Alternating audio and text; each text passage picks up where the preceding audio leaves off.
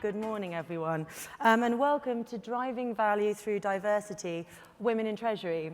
So to tell you a little bit why we're here today, I run something called Women in Treasury as part of the Treasury Today group. And what we do is we try to highlight why, even though there is great female representation in Treasury, it's not reaching the top levels yet. Over the course of the last 8 years, we've spoken with many women across the world, but today is a big day for us because today we're opening up to everybody. All genders have a role to play in this conversation, so thank you for being with us today and being part of this. So I'm delighted to be joined today by Maritza Gurdy, who's the Assistant Treasurer at Genesis, Yang Zhu, who is VP and Global Treasurer at the Kraft Heinz Company, Christian Kochan, VP Assistant Treasurer at PVH Corporation, and lastly but certainly not least, Amy Cochran, Managing Director at Accenture. I want to say a very big thank you for Kyriba for putting us here on the main stage today. I want to thank my panelists for joining us and to thank all of you again. So there's a great business case that's being made across the world at the moment for diversity and inclusion. I'm sure you've all heard a lot about it. There are numerous studies that back up the fact that diverse companies perform better. I want to just share a couple with you. So from a recent McKinsey report, it shows that where you have gender diversity at board level, companies are 21% more likely to report an above average profitability. The Boston Consulting Group has a recent study showing that where you have diverse management, you are 19% more likely to see increased profits. So we can see that there's a clear business case. So what can we all do to be part of that? What is your role in being part of an inclusive workforce? And what do we even mean when we talk about diversity and inclusion?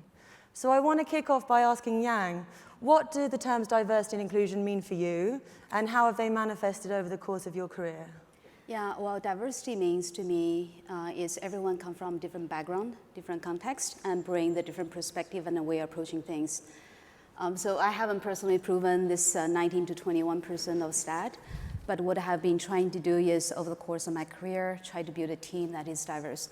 Basically, what we do is we complement each other. Mm-hmm. So it's like playing soccer, you cannot all playing offense or defense, but collectively, we can be a winning team. So some of my team are very strategic thinkers, some of them very detail-oriented, some are very inclined to socializing and interacting with people, and some of them are very system and process-oriented. I think together we become a winning team. Awesome, and I know that you've had a career across the world, so what do you think that your diversity of experience has brought to you in your role? What do you do differently because you don't fit the mold, as we like to say? I think I got lucky. I was born in China, so almost 80% of women are in the workforce. And I also was born and raised by a family who believed I could do everything and anything. In my past 15 plus years of experience, I probably worked in 7 different countries, 10 plus of different roles in and out of Treasury and out of finance sometimes. So what teaches me is one can never exceed our own ambition. So it's hard work, it's wanting something that's so badly that you keep enjoying it, you keep advancing it. And sometimes it's difficult, right? I have to try to fit in, like many of you out there.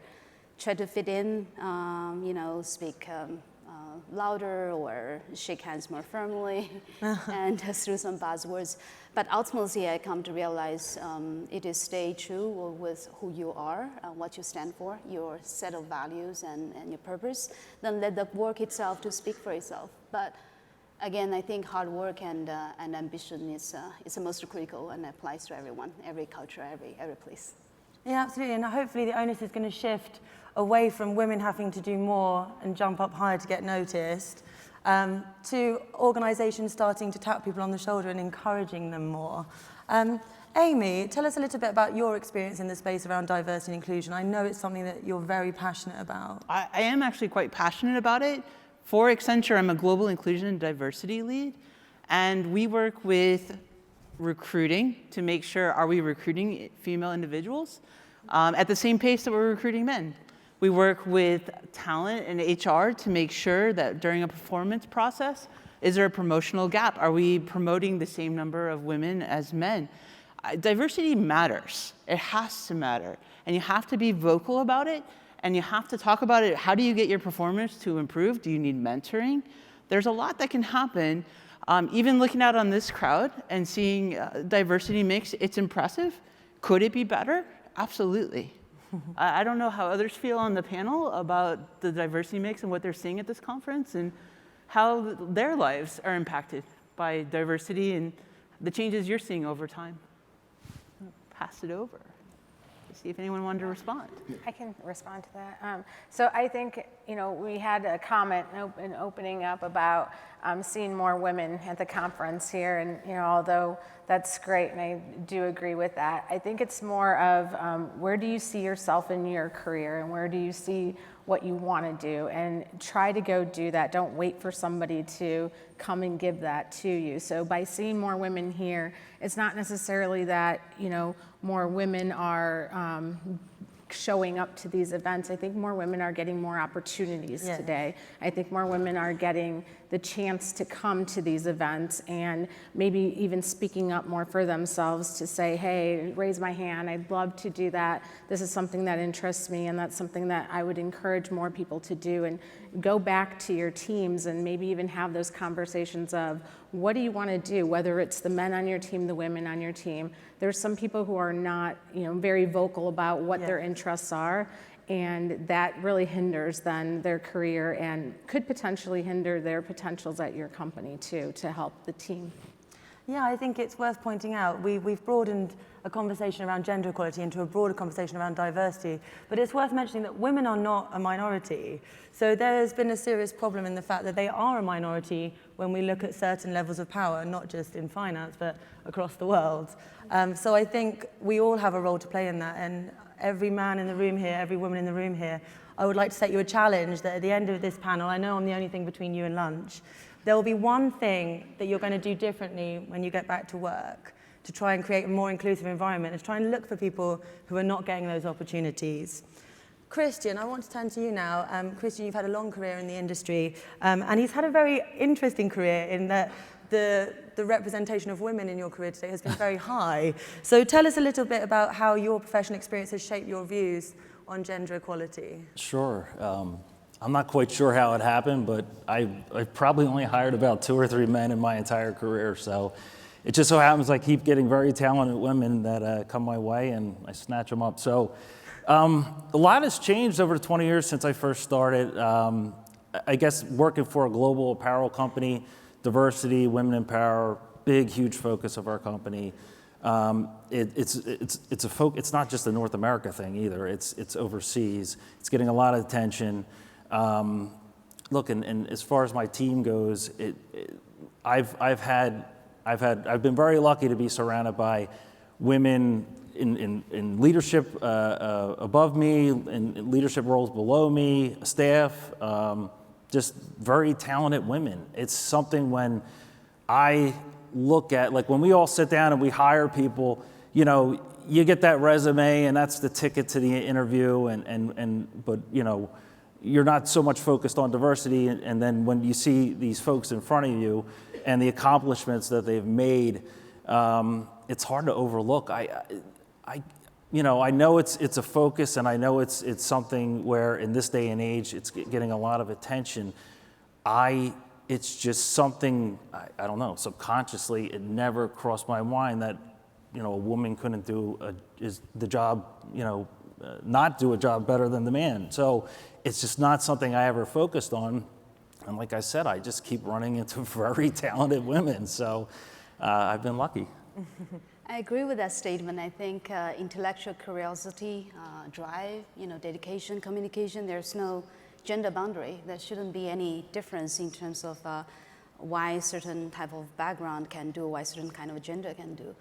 But the interesting thing is that keep telling us it's not absolutely true. I wish I meet more people like Christian, but one out of the 3 women can make to the executive levels, 1 out of 5 make to the board level, 1 out of 10 can get a VC fund for women entrepreneur, and 1 of 20 can get to the board seat. So the stats doesn't make any scientific sense. So I think we ought to do something. Every one of us can do something.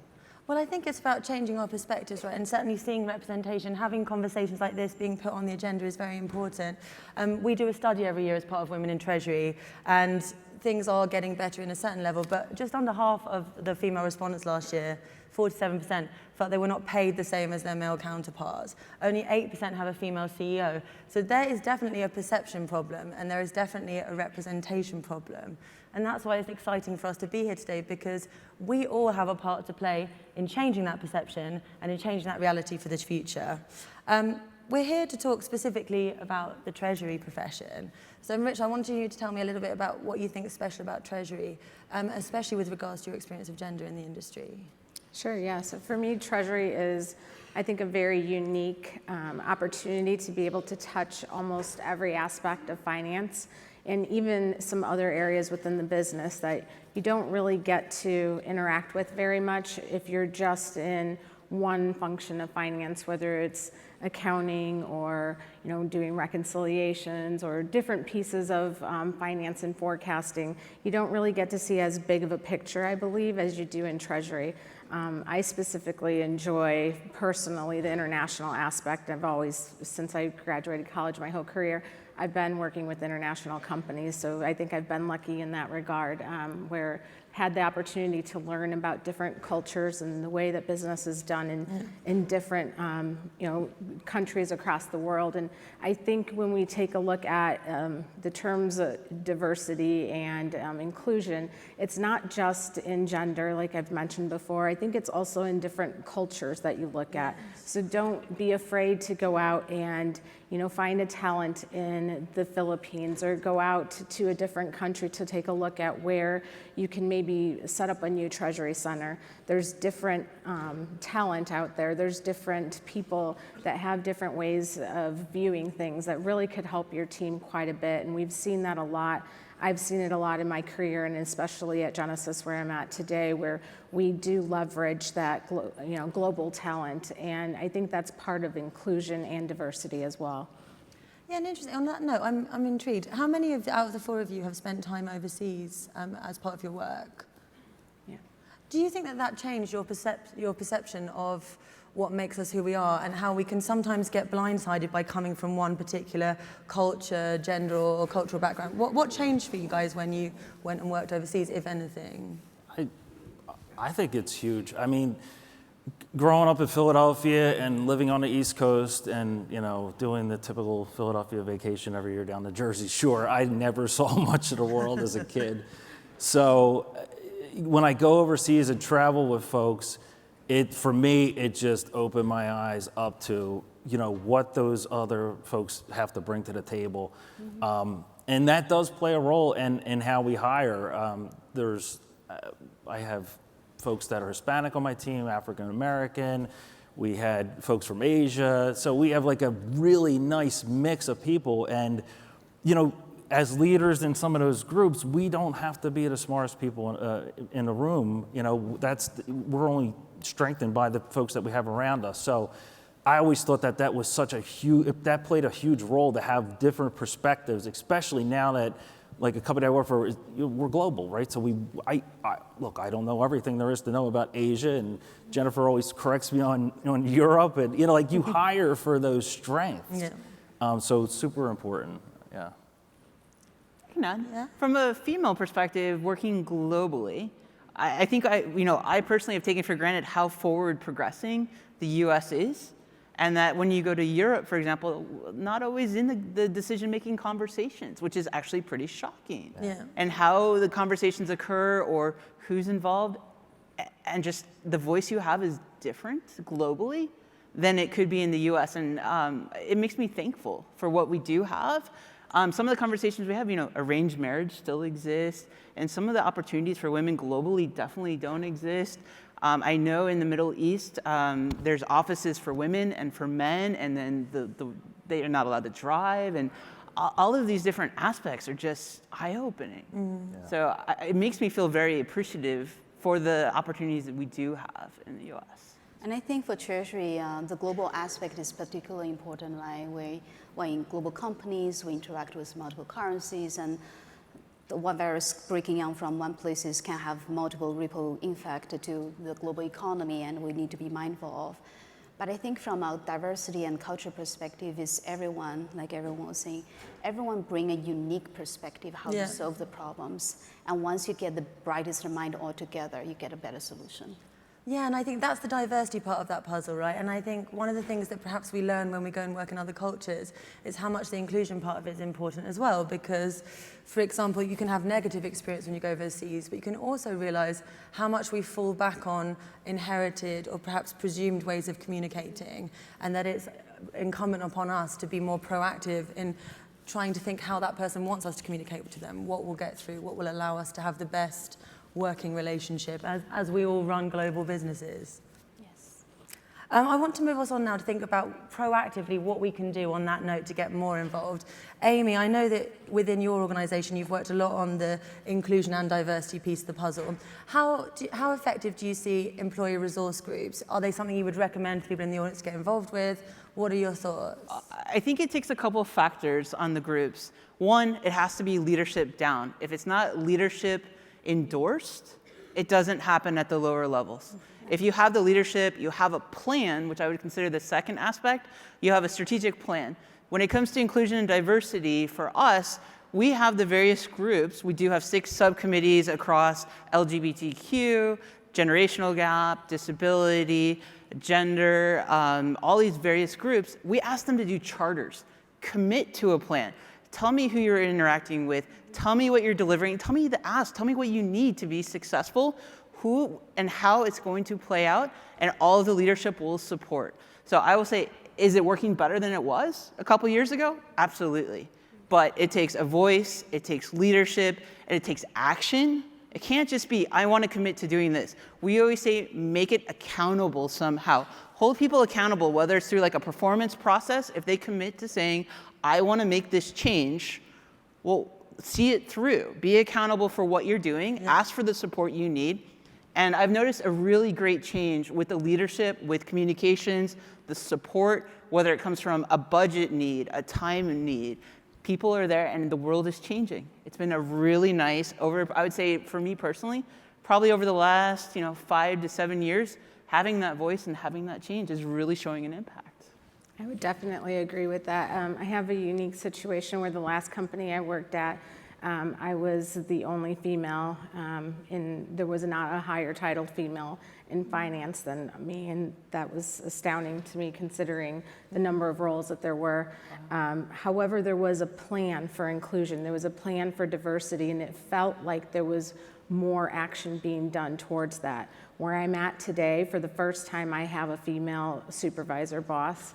I've never had that in my career, and yet there's no plan for diversity. There's no plan for inclusion where we're at, and it makes it feel less diverse, even though it really isn't. So I fully agree with leadership needing to have a plan and actually putting together maybe even a task force or a group of people to have that plan actually pushed down through the company and talk to your employees and make that known that that's a plan within your company. Otherwise, it really doesn't make it feel as diverse as it could be. Do you think it needs to be recognized as a KPI? We asked that in our study because Absolutely. I feel like people sometimes think that there's lip service being paid to something, but if you're not being measured as an employer on your ability to increase it, just to chime in, I am held accountable for metrics when it comes to we're gonna attrition, recruiting. We talk about promotional gap to make sure we're promoting the same number of women as men. Absolutely, I think, and the metrics are the accountability part. Yeah. So I think without them, you don't have the actions. Mm-hmm. And I think beyond KPI, early on we talk about the power of role model. Like you see, you have a female boss, and there's a positive correlation of a woman and the leadership roles versus people keep advancing. The minorities keep advancing in one organization. And what I say is, like, for example, in the current organization I am in, I'm not the only one who English is not my first language. And so you see the women who were able to make to there, and you say they understand what it takes, and they're the role model. You can start aspiring to be one of those, right? So we can't be what we don't see already there, right? I think that representation is very important. But we've now got to a level where we all realize that representation is important, but it simply just isn't happening at the top level. I mean, last year has been a bit better, but the year before that it got worse in the 8 years that I've been working on this. So what do we think is one of the ways that we can do that? What do you think about, for example, the use of quotas? I think the consumers, well, again, for a company like mine, the consumers expect it and they're going to help drive that. Yeah. So I get where, KPIs come in but I hate putting things in buckets and measuring things down. Well, now we have the 51st woman when we meant to try to get the 50 and we're good now, so we don't need it. So like that stuff is, I never like to look at it that way. If you're talented, then you should be moving up on your own merit. But again, companies like ours, the consumers are looking for that, right? They want that. It goes, not to go off in a tangent about climate change, but they're looking for like hot button issues like that. They're looking for that as well. So I think they'll drive it, and eventually, as a senior manager, CFO, CEO of a company, you have to at some point recognize that and make a change to put those programs in place. And I think that'll drive it forward eventually as well. Yeah, and you make a really good point there. I mean, there's a lot of interconnectedness in the conversation that we're having. I mentioned at the beginning the business case. We can see that companies who are diverse are performing better. But we've also got a consumer base that's changing, as you rightly point out. We also have a workforce that's changing. By 2025, 75% of the workforce will be millennials. And we all know millennials are quite fussy about who they go and work for. They want to feel good about companies. And I think that inclusion and diversity will trip over those companies in talent retention over the next decade if you want to get the top people, if you want to sell things to the best consumers. Exactly. And if you want to get those increased revenues. We all know what the millennials want. But I think it organically would take a long time, right? Recently, I came across a study says organically, global gender equality in the workforce, if it just happened like the pace is happening, it would take us 99.5 years. Yes, exactly. It's just forever, right? This is a century. So I actually am a proponent for the quota system because I think once you show to people this is what value brings, this is power it brings, and then later it can be more organic, sustainable. Yeah, and I also think perhaps we have like a pain point generation where quotas are perhaps something like a necessary evil. Over the 8 years that we've been profiling women in Treasury, the first year there was overwhelming support for not using quotas, and last year we had 46% in favour. So it's the balance is tipping, I think, as people are finding, as you're saying, that hoping this just organically happens isn't occurring. Does anyone else have anything else to add on the use of quotas, or what else we might do to avoid that 99-year wait? When I started my consulting career 24 years ago, I was very commonly the only woman on a team, the only woman in a room. And it still happens. It happens today. Even in a room recently of 45-ish people. And it's really nice to see it change. Sometimes it happens better than others, but it does happen to be the only female at times at the table. So it's not uncommon. I want to get us back on track as we're wrapping up to giving you all some implementable advice. So Marissa, what advice would you offer people in the audience who want to get involved in inclusion and diversity in their organisation but aren't quite sure what role they have to play or what they can do? Yeah, sure. So I think everybody has a role that they can play, and if you don't know what that role is, there's definitely a ton of resources out there, whether it's within your own organization.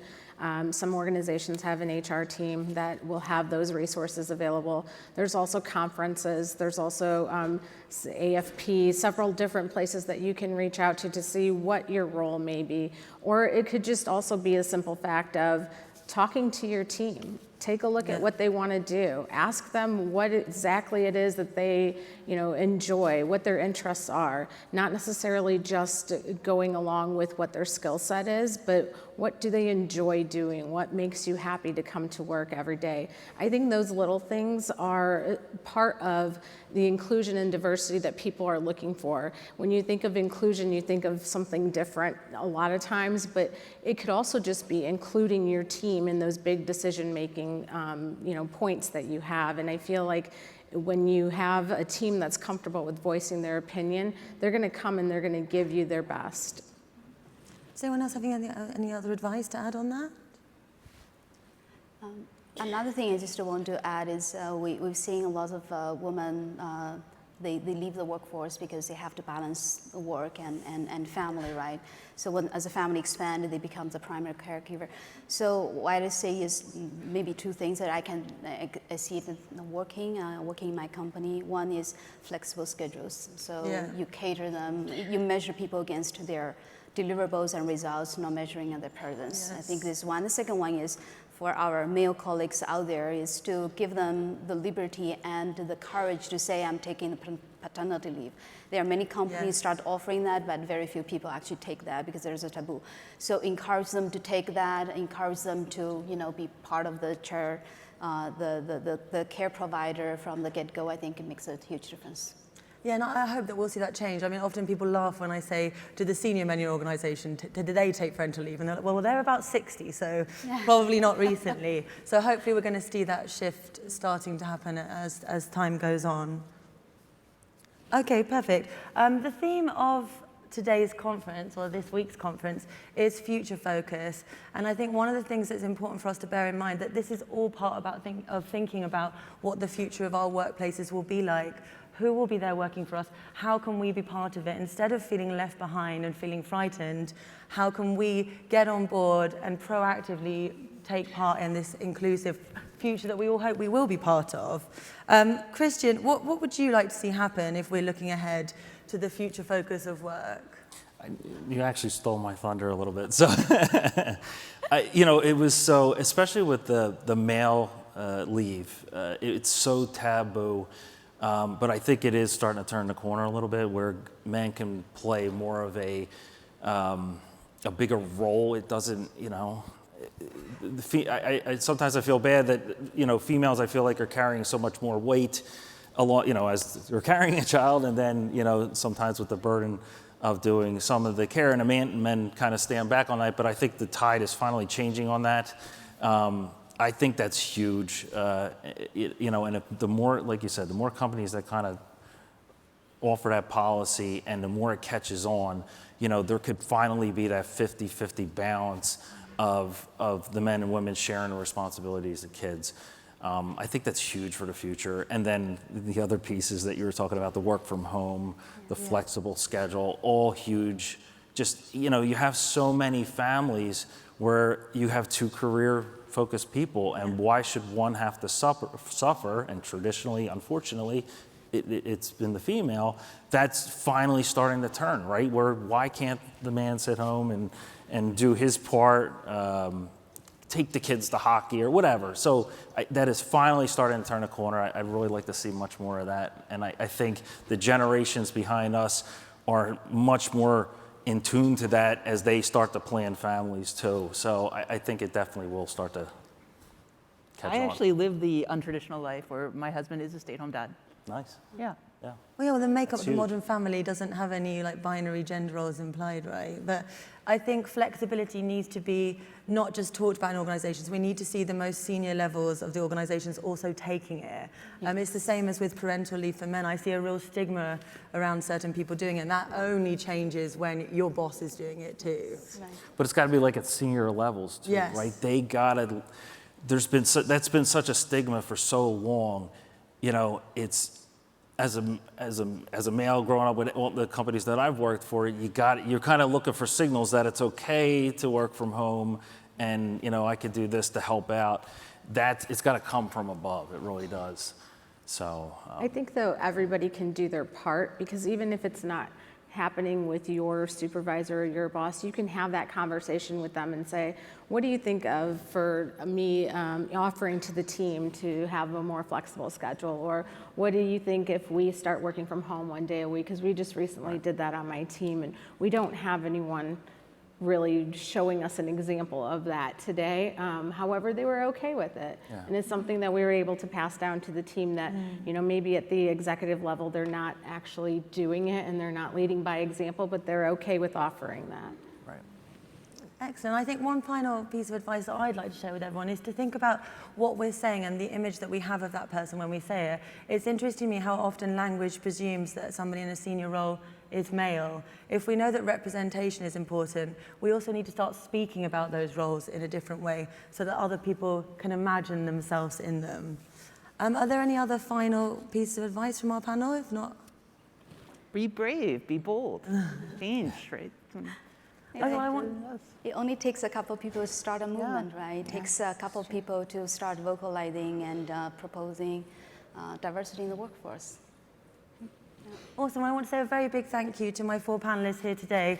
Thank you to Kyriba and thank you to all of you for listening to us.